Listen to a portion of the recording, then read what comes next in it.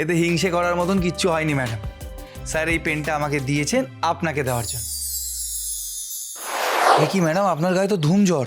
দাঁড়ান, আমি এক্ষুনি ডক্টর ডাকার ব্যবস্থা করছি। ডক্টর লাগবে না শুভ, আমি ওষুধ খেয়েছি, কাকিমা দিয়েছে, কিন্তু তবুও না জ্বরটা কিছুতেই কমছে না।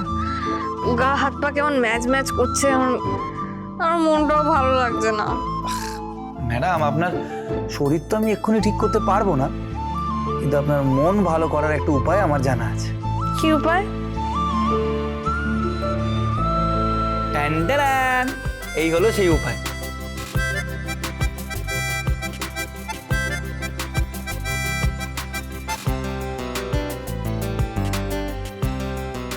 এটা এটা তো বাবার পেন, তুমি পেলে কোথা থেকে?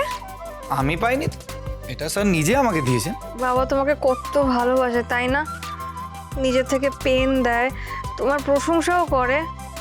আমার না মাঝে মাঝে তোমাকে খুব হিংসে হয়। এতে হিংসে করার মতন কিচ্ছু হয়নি ম্যাডাম। স্যার এই পেনটা আমাকে দিয়েছেন আপনাকে দেওয়ার জন্য। কি বললে তুমি? বাবা সত্যি এই পেনটা আমার জন্য দিয়েছে? হ্যাঁ ম্যাডাম, আপনি পরীক্ষায় খুব ভালো রেজাল্ট করেছেন বলে স্যার এটা আপনাকে উপহার দিয়েছেন। বাবা আমাকে উপহার দিয়েছে, বাবা নিজে থেকে আমাকে উপহার দিয়েছে। Thank you thank you thank you thank you thank you so much Shubho, এই পেনটা আমাকে এনে দেওয়ার জন্য তোমাকে এত থ্যাংক ইউ। আরে ম্যাডাম, একটু শান্ত হন, আপনি এরকম কেন করছেন? আপনার তো গায়ে জ্বর। ধর, আমার লাইফের বেস্ট গিফটটা পেয়ে আমি জ্বর টর সব ভুলে গেছি। আর তুমিও না বুদ্ধকুমার, এই পেনটা আমাকে আগে দেখালে আমার জ্বর কখন হাওয়া হয়ে যেত। হ্যাঁ ম্যাডাম, আমিও না ভেবেছিলাম সকাল সকাল এসে আপনাকে এটা দিয়ে আপনার দিনটা ভালো করে দেবো। তবে সেটা করার জন্য আমার কাছে আরেকটা নিউজ আছে। কি নিউজ? ম্যাডাম, স্যার যখন এই পেনটা দিচ্ছিলেন না, তখন উনি বলেছেন যে আপনি যতদূর পড়াশোনা করতে চাইবেন উনি করাবেন।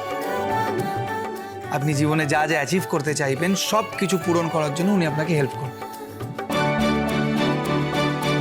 তাহলে তো আমি রুদ্রপুর থেকে এসে আমার মন দিয়ে পড়াশোনা স্টার্ট করে দেবো শুভ। কিন্তু তার জন্য ম্যাডাম আপনাকে সুস্থ হতে হবে, আর সুস্থ হতে গেলে বিশ্রাম নিতে হবে। আপনি এখন চট করে ঘুমিয়ে পড়ুন, আমি পরে খবর নিয়ে নেবো আপনার জ্বর কমলো কিনা। টাটা, ঘুমিয়ে পড়ুন। হ্যাঁ, নীলরতন বাবু বলুন।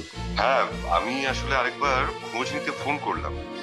ওদিকে রুদ্রপুর আসার সব আয়োজন হয়ে গেছে তো, ছুটি পাওয়া গেছে তো, আর তো বেশি দিন হাতে সময়ও নেই। আপনি চিন্তা করবেন না, এদিককার কাজ আমি গুছিয়ে নিয়েছি, ঠিক সময় রওনা হয়ে যাব। আরে না না, চিন্তা তেমন কিছু নয়। তবে পুজোয় শ্রাবণ পবিত্র কলসি বহন করবে তো, তো তাই তার আগে ওকে কিছু নিয়ম মেনে চলতে হবে, যেগুলোকে একভাবে সাবধানবাণীও বলা যেতে পারে। সাবধানবাণী মানে? বিশেষ কিছু না, ওকে শুধু এখন কটা দিন খুব সচেতন থাকতে হবে। দেখতে হবে ও যেন কোনোভাবেই কোনো রকম আঘাত না পায়, কোনোভাবে কোনো রক্তক্ষরণ যেন ওর না হয়। কারণ যে পবিত্র কলসি বহন করবে বলে ঠিক হয়, অনেক অশুভ শক্তি তাকে বাধা দেওয়ার চেষ্টা করে। আর তাই পুজো না হওয়া অবধি শাওনকে একটু চোখে চোখে রাখা বা সাবধানে রাখা, এটা খুব দরকার। মানে বুঝতে পারছেন তো?